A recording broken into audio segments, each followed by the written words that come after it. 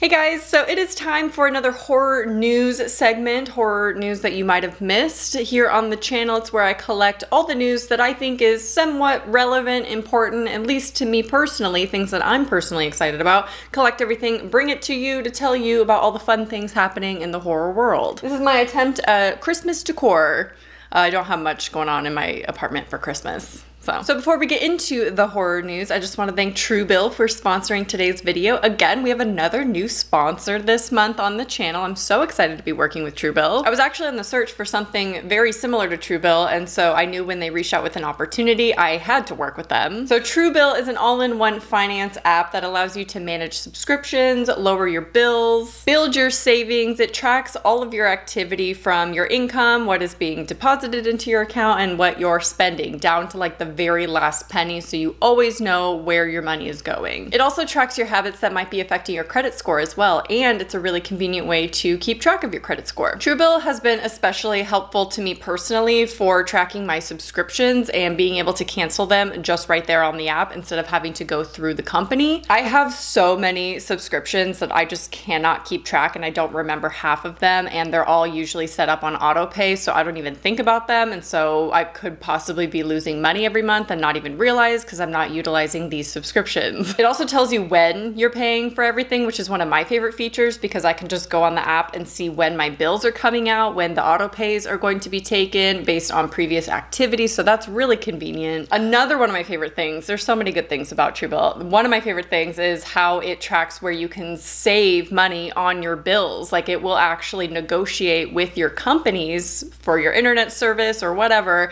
to get you a better deal. So you can download Truebill completely free if you just go to truebill.com/possessedbyhorror, or you can click the link in my description box down below. So on to what's going on in the world of horror. Remember, this is not everything that's happening. This is just the bigger news, I would say, and things that I just personally find interesting. So there's a lot going on. Also, forgive me if any of this seems like old news to you, or if you've heard of it before. I started collecting all this news back in August when I did my last horror news you might have missed, which I'll link up here because that stuff's still relevant. It's stuff that's happening in 2022 and things like that. So go check out that video too if you want even more news that you might have not heard about. So first up, I want to talk about Robert Eggers doing a new reboot, or I guess remake, of NOSFERATU with Anya Taylor-Joy and Robert Pattinson. This has been highly talked about, highly anticipated. Eggers, of course, brought us The Witch and The Lighthouse, both A24 movies, and those are both very well loved in the horror community. Anya Taylor-Joy was, of course, in The Witch, and Robert Pattinson was, of course, in The Lighthouse, so he's going to be working with both of them on this NOSFERATU movie. Now, I love The Witch, but I hate The Lighthouse. That's no surprise to you, so I am hesitant to have high expectations for the NOSFERATU movie because it's based on different source material and it actually is based on something else and it's not like an original concept. I think it's actually going to be pretty good. I like Robert Eggers' style of filmmaking. He, you know, pushes it with the artisticness of it, so I'm excited to see what he does with a NOSFERATU kind of story. Also, in my last video, I mentioned so many vampire things that I've been watching lately. Are we just in the new era of vampires? Are vampires making a comeback in the world of horror? Also, while I was doing my research for the NOSFERATU movie, I noticed that he also has a new movie coming out called The Northman, and it'll actually be in theaters in April of 2022. This also has a great cast: Anya Taylor-Joy, Nicole Kidman, Ethan Hawke, Alexander Skarsgård, and Willem Dafoe, and Bjork. Now, it's not an A24 movie and it's not a horror movie. It is described as a Viking revenge thriller, so it's not super relevant to the world of horror, but I thought I'd mention it because if you like Robert Eggers and you like his work and his weirdness, then maybe be excited for The Northman. Next, in Guillermo del Toro news, Netflix announced a new series called Cabinet of Curiosities. There will be 8 tales in total, and 2 of them will be original works by Guillermo del Toro. The rest have all different writers and producers and directors. Jennifer Kent and Vincenzo Natali are 2 that I'm excited about, and they're said to write and direct 1 episode each. I do have faith though, even though he is not doing all of the episodes, only 2 of them, because he did hand select everyone participating in the series, so I think it's gonna be amazing. But Cabinet of Curiosities will be a Netflix series, and that is said to be released sometime next year. So Paramount is doing doing an Orphan prequel called Orphan First Kill, which I imagine will be released on Paramount Plus. That's just my prediction because it's a Paramount movie and they've been doing that lately with like A Quiet Place 2 and Paranormal Activity Next of Kin. So I think because it's Paramount, it's going to be on Paramount Plus. We'll see. It does still star Isabel Fuhrman, which is exciting, along with Julia Stiles. I feel like we haven't really seen either of them in a long time in like mainstream stuff. They've done like kind of smaller roles here and there, but it'll be exciting to see them both kind of in lead roles. However, the director of Orphan First Kill gives me a little bit of pause because William Brent Bell directed The Boy and The Boy 2, as well as The Devil Inside, all movies that I just don't like personally. I just don't think they're great. So I really don't have high expectations for the new Orphan movie. I like the concept. I think it's cool. Also, it's something that's never been done before as an adult playing a version of themselves from the previous movie. I can't really say anything without spoiling the original movie, but if you know, you know. In an interview with Fuhrman, she says that the release date will be very soon, whatever that means, so hopefully we can expect the Orphans prequel in early next year. That's gonna be my guess. It sounds like it may not even be released to theaters at all. I'm not 100% on that. I have a suspicion that it'll be like Paranormal Activity Next of Kin and released straight to Paramount Plus for streaming. But I think that would be appropriate for something like this because it's not a well-known franchise. I don't think it would do very well in the box office if it did. If it was released to theaters. So we shall see. I will be sure to update you on social media if you want to follow me on there, and I will update you with all of these news items as they progress. So the next piece of news is something that is just very personally exciting for me for very personal reasons. It's very random, but I thought I'd throw it in there anyway because why not? I want to talk about stuff that is interesting to me. Twisted Metal live action series is coming. Now, Twisted Metal, of course, is an old video game, and I remember watching my stepbrother play it as we were growing up, and it just has some nostalgia elements to me. It was my favorite game to watch him play. It is starring Anthony Mackie, and it's from the writers of Zombieland, so it could be fun. I have a feeling it's going to be more lighthearted. I'm not sure how they're going to execute a live-action Twisted Metal. I have no idea, but I just thought that was fun news. In Mike Flanagan news, we have a couple new series announced for him. So the first, well, let's talk about The Fall of the House of Usher, which is going to, I think, come out next year, but it will be a series on Netflix, of course, based on Edgar Allan Poe stories. Now, the show itself will be referencing several of Edgar Allan Poe's stories, but The Fall of the House of Usher, specifically the story released in 1939, is about family, isolation, madness, all things that Mike Flanagan does really well at executing. So I have a feeling he's going to be fantastic at this as well. He's become one of my favorite horror creators of all time. I have pretty much enjoyed every single one of his things ever that he's ever made. Again, while doing my research for The Fall of the House of Usher, I discovered that there will also be another Mike Flanagan series that I have not seen anyone talk about called The Midnight Club, which is actually coming before The Fall of the House of Usher. So The Midnight Club will be based on the Christopher Pike books from the 90s, and there's a book specifically called The Midnight Club. So here's the summary of that book itself. A group of terminally ill teenage patients resides at Rotterdam home, and together they create the Midnight Club. They meet in secret at midnight to tell horror stories. Together the group forms a pact that whoever dies first would make the effort to contact the rest of the Midnight Club members from beyond the grave. That sounds fantastic. I cannot wait to see what Mike Flanagan does with that kind of story. I think it's going to include other stories from Christopher Pike and like other books from him, so we shall see. Now, if you're thinking it's weird that he just released Midnight Mass and is now going to be releasing The Midnight Club, you're not alone in this. A lot of people are critiquing the name of it, but he can't really change the name of The Midnight Club. It's based on the book of Christopher Pike, so he can't change that. And Midnight Mass was something that he's been working on for years and wanted to get that released. So it's not really his fault with the timing of the two Midnights shows competing. Next up in Rob Zombie news, I'm sure you've seen the photos by now and seen the news by now, but he is remaking The Munsters. Now, The Munsters is a show that aired originally in the 60s, I believe, and I was a huge fan of it growing up. I'm very old.